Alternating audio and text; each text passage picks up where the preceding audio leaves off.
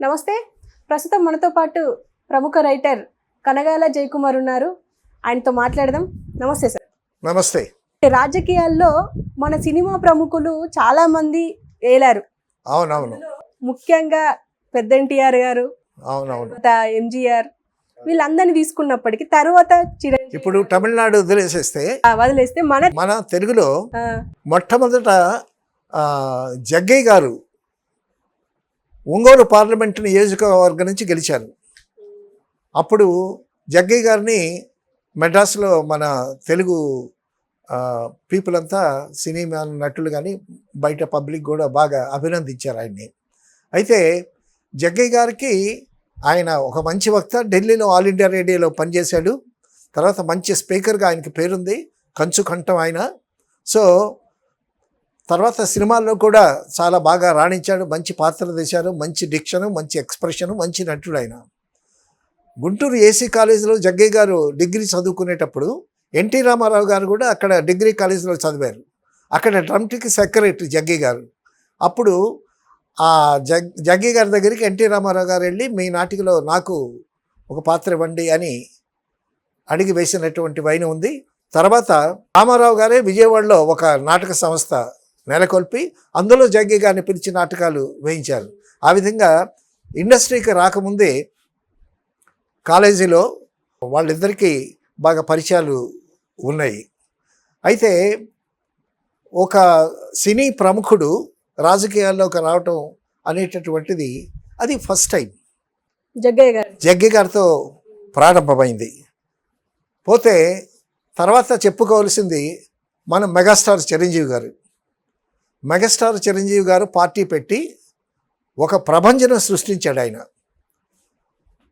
So తిరుపతిలో ప్రారంభించి చాలా ఒక అద్భుతమైనటువంటి షో ఇచ్చి అందరినీ ఆకర్షించి మొత్తానికి దేశమంతా తిరిగి కూడా ప్రజల్ని ఆకర్షించి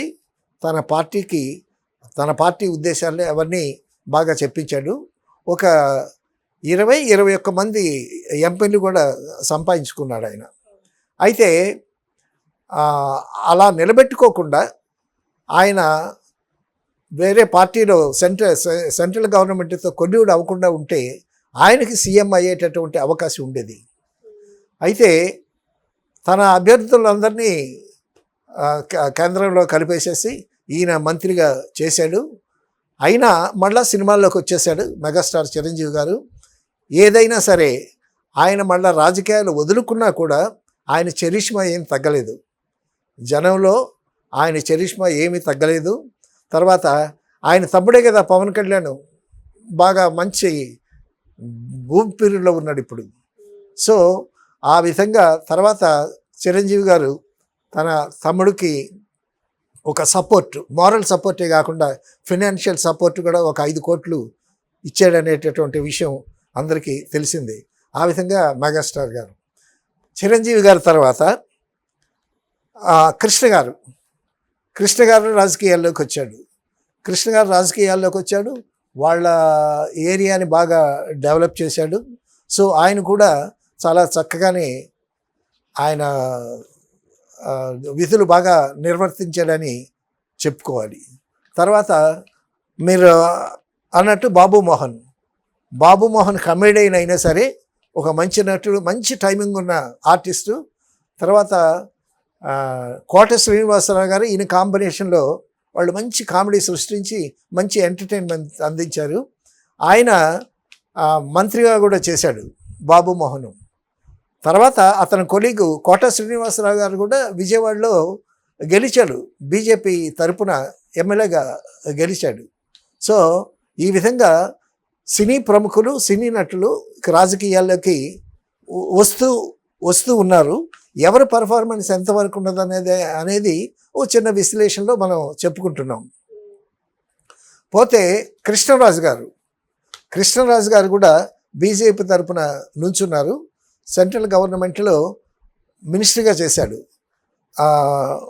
ఉప కేంద్ర మంత్రిగా డిఫెన్స్ అనుకుంటా చేసింది. కృష్ణరాజు గారు కూడా రాజకీయాల్లో బాగా చేశారు. తర్వాత ఆయన చాలా హెల్పింగ్ నేచర్ మనిషి కృష్ణరాజు గారు. తర్వాత దర్శకత్వ శాఖ నుంచి దాసనారాయణరావు గారు కూడా ఆయనకి కూడా గొప్ప చరిష్మా ఉంది.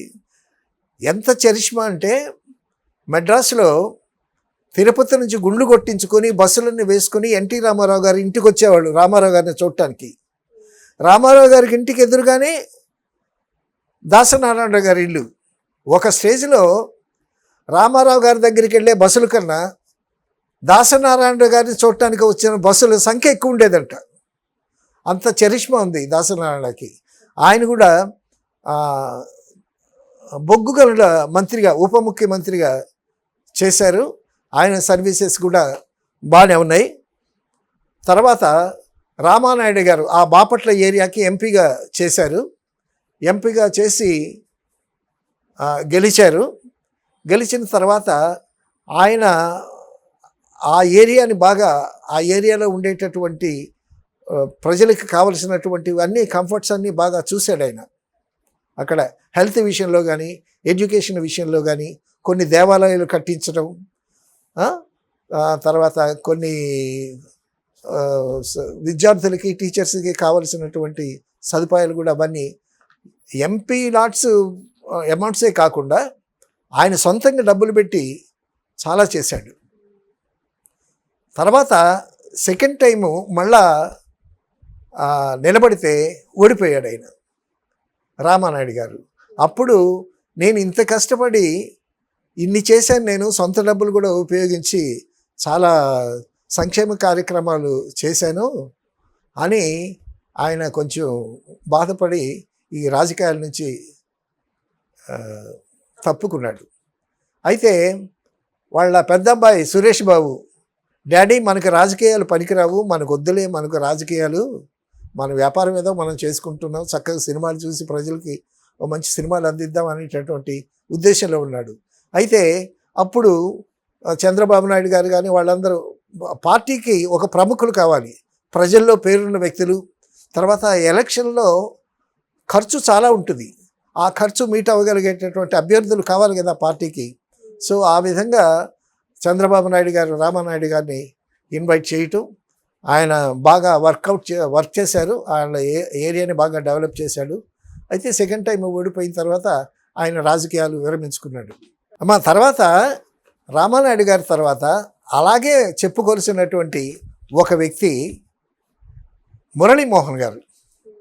మురళీమోహన్ గారు చాలా సౌమ్యుడు, చాలా మెత్తగా ఉంటాడు, తన పని ఏదో చేసుకుని వెళ్ళిపోతాడు. ఇండస్ట్రీలో చాలా ఉంటాయి, చాలా వ్యామోహాలకు లోనవుతారు. అటువంటి వ్యామోహాలకి లోనవుతున్నటువంటి ఒక మంచి స్వభావం ఉన్నటువంటి వ్యక్తి. ఆయన్ని రాజకీయాల్లోకి ఇన్వైట్ చేశారు. వద్దండి, రాజకీయాల్లో నాకు కుదరదు, నేను అంత చేయలేను, అది అన్నా కూడా, లేదు మురళీమోహన్, పబ్లిక్లో నీకు మంచి పేరుంది, వ్యక్తిగతంగా కూడా నీకు మంచి పేరుంది, కాబట్టి నువ్వు రావాలి, అది ఇదని చెప్పి రాజమండ్రి సీట్ ఇచ్చారు. రాజమండ్రి ఫస్ట్ టైం ఓడిపోయినట్టున్నాడు. ఫస్ట్ టైం ఓడిపోయి తర్వాత రెండోసారి కూడా, ఫస్ట్ టైమో సెకండ్ టైమో అది I don't remember very well, ఆయన కూడా ఇక రాజకీయాలు నాకు కుదరదు అని తప్పుకున్నాడు. సినిమాల్లో రాణించడం ఒక వ్యక్తి అయితే, సినిమాలో రాణించడానికి ఒక ప్రొడ్యూసర్ని డైరెక్టర్ని పట్టుకుంటే సరిపోతుంది. రాజకీయాల్లో రాణించడం అంటే చాలా చాలా మేధస్సు ఉండాలి. ఎందుకంటే పక్కనే ఉంటారు మనుషులు, మనల్ని పొగుడుతూ ఉంటారు, వెనక గోతులు తీస్తూ ఉంటారు, అవసరం వచ్చేటప్పుడు మళ్ళీ మనసుతో కలుస్తుంటారు. మనం ఏమన్నా తగ్గుతున్నామనంటే ప్రత్యర్థితో కలిసిపోతుంటారు. చాలా అలర్ట్గా ఉండాలి. పావుకి చాలా తెలివితేటలు ఉంటాయంట. పావురం ఏమో చాలా స్వచ్ఛంగా ఉంటుంది, తెల్లగా. పావురం శాంతికి ప్రతిరూపం పావురం. కానీ పాము చాలా తెలివిగా ఉంటుందంట. ఆ ఎదుటి నుంచి వచ్చేటటువంటి ఆ వ్యక్తి మీద నుంచి వచ్చేటటువంటి గాలితో కనిపెట్టేస్తుంది పాము. పాములాగా తెలివితేటలుగా ఉండాలి. అవసరమైతే కాటు కూడా వేస్తూ ఉండాలి. రాజకీయం కదా, ప్రత్యర్థిని కాటు వేసేటటువంటి తెలివితేటలు ఉండాలి. కాబట్టి ఇక పావురాల్లాగా ఉండేటటువంటి వాళ్ళు రాజకీయాల్లో పనికిరారు, పాములాగా ఉండేటటువంటి వాళ్ళు రాజకీయాల్లో పనికొస్తారని ఒక చిన్న ఉదాహరణగా చెప్పాను. అంతేగాని రాజకీయాలు దుర్మార్గం అని కాదు. ఉమ్, ఎందుకంటే రాజకీయం బాగుంటేనే దేశం బాగుంటుంది, ప్రజలు బాగుంటారు, సమాజం బాగుంటుంది. మోహన్ బాబు గారు కూడా ఆ, రాజకీయాల్లోకి వచ్చాడు. మోహన్ బాబు గారు ఏం చేశారు అని అంటే ఆయన ఏం చేశారో ఆయనకే తెలియాలి. శ్రీకాకుళం నుంచి సిహెచ్ శ్యామలరావు అని, చిగురుపల్లి శ్యామలరావు అని ఒక ఆయన కూడా సినిమా నటుడే. ఆయన సినిమాల్లో వేషాలు వేశాడు. తర్వాత ఎస్డి లాల్ దగ్గర డైరెక్షన్లో పనిచేశాడు. తర్వాత రాజకీయాల్లో ప్రవేశించాడు. కాంగ్రెస్లో ఉండి ఆయన కూడా మినిస్టర్ చేశాడు. ఈ సిహెచ్ శ్యామలరావు అనేటటువంటి వ్యక్తి చాలామందికి తెలియదు.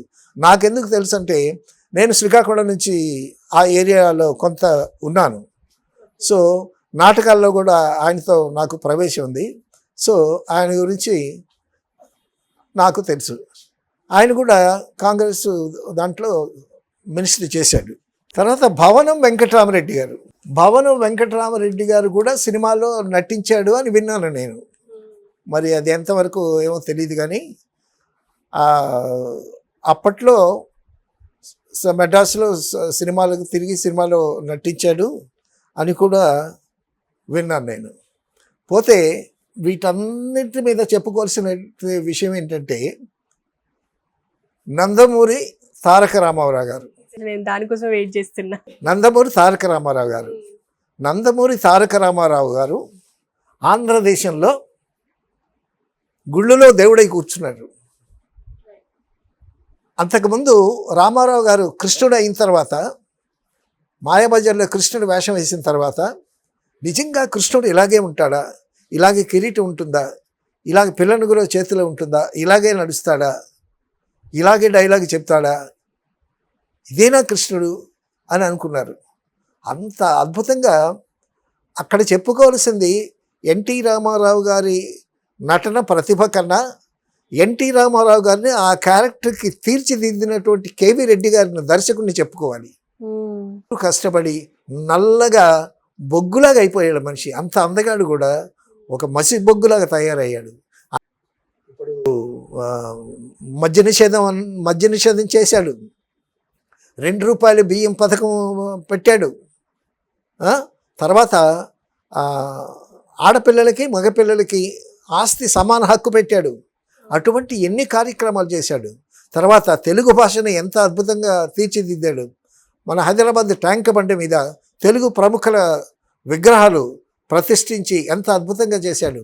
ఎన్టీ రామారావు గారు సభలో మాట్లాడుతుంటే అసలు తెలుగు స్వచ్ఛమైనటువంటి తెలుగు రసాలు ఉండేటటువంటి తెలుగు వినే శ్రోతలకి అసలు కర్ణానందంగా ఉండేదన్నమాట.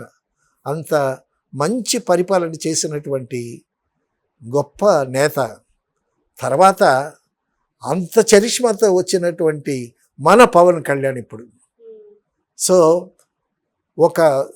ఒక్క రూపాయి తీసుకునేవాడంటే ఎన్టీ రామారావు గారు జీతం ఒకే 1 రూపాయి తీసుకుని సంతకం పెట్టాడంట. జయప్రకాష్ నారాయణ గారు చెప్తారు ఎన్టీ రామారావు గురించి, ఎప్పుడు పేద ప్రజలకి సగటు మనిషికి ఏమి హెల్ప్ చేద్దామా, ఏ రూపంగా హెల్ప్ చేద్దామా, ఏ పథకం పెడదామా, తర్వాత రైతులకి, అతను రైతు బిడ్డ ఎన్టీ రామారావు గారు. పాలు ఇంటికి విజయవాడలో తీసుకెళ్ళి పాలు ఇంటింటికి పోసేవాడంట. అక్కడ పాలు పోస్తూనే మళ్ళీ చదువుకున్నాడు. డిగ్రీ పాస్ అయ్యాడు. పాస్ అయ్యి మంగళగిరిలో సబ్ రిజిస్ట్రార్కి జాబ్ వచ్చింది. వాడు ఎవడో లంచం ఇచ్చాడంట. లంచం ఇస్తే చేసి ఇటువంటి జాబ్ నాకు అనవసరం అని ఆ జాబ్ వదిలేసి సినిమాల్లో ప్రవేశించి అంత గొప్ప ఉదాత్తమైనటువంటి మంచి ప్రిన్సిపల్ ఉన్నటువంటి వ్యక్తి ఎన్టీ రామారావు గారు. అటువంటి అంత గొప్ప వ్యక్తి పోయిన తర్వాత ఈ రోజున పవన్ కళ్యాణ్ అనేటటువంటి అటువంటి మంచి లక్షణాలు, మంచి ఆదర్శాలు ఉండేటటువంటి వ్యక్తి తను తగ్గి కూడా చంద్రబాబు నాయుడుతో కొల్యూడయ్యి, బీజేపీతో కొల్యూడయ్యి ఒక మంచి పరిపాలన తీసుకురావాలి. నేను స్వార్థం కోసం రాలేదు, మీకోసం వచ్చాను, నన్ను ఒక్కసారి గెలిపించండి అని హీ రిక్వెస్టెడ్ పబ్లిక్. నన్ను ఒక్కసారి గెలిపించండి, నన్ను అసెంబ్లీకి పంపించండి, నేను మీకేం చేయాలో అవన్నీ చేస్తాను అని మా మీటింగ్లో ఆయన మాట్లాడిన మాటలు యువతని, ప్రజల్ని ఉత్తేజపరిచినటువంటి ఎంత రాజకీయ చైతన్యం తీసుకొచ్చాడో అవన్నీ చూస్తే మనకి అర్థమవుతుంది. సో ఎన్టీ రామారావు గారి తర్వాత అంత గొప్ప ఆదర్శాలు ఉండేటటువంటి వ్యక్తి రాజకీయాల్లోకి వచ్చాడు. ఆయన సినిమా ఫీల్డ్కి వచ్చినా రాకపోయినా పర్వాలేదు, కానీ అటువంటి వ్యక్తి మనకు ఒక రాజకీయ నాయకుడిగా ఉంటాడు. చంద్రబాబు నాయుడుతో కలిసి మంచి పరిపాలన అందిస్తారు. అంతేకాకుండా ఫ్యూచర్ సీఎం మాత్రం పవన్ కళ్యాణ్, పవన్ కళ్యాణ్, పవన్ కళ్యాణ్. ఓకే సార్, చాలా విషయాలు షేర్ చేశారు సార్. అంటే తెలియని పెద్ద పెద్ద యాక్టర్స్ గురించి కూడా చాలా విశ్లేషించారు. Thank you very much. Thank you very much.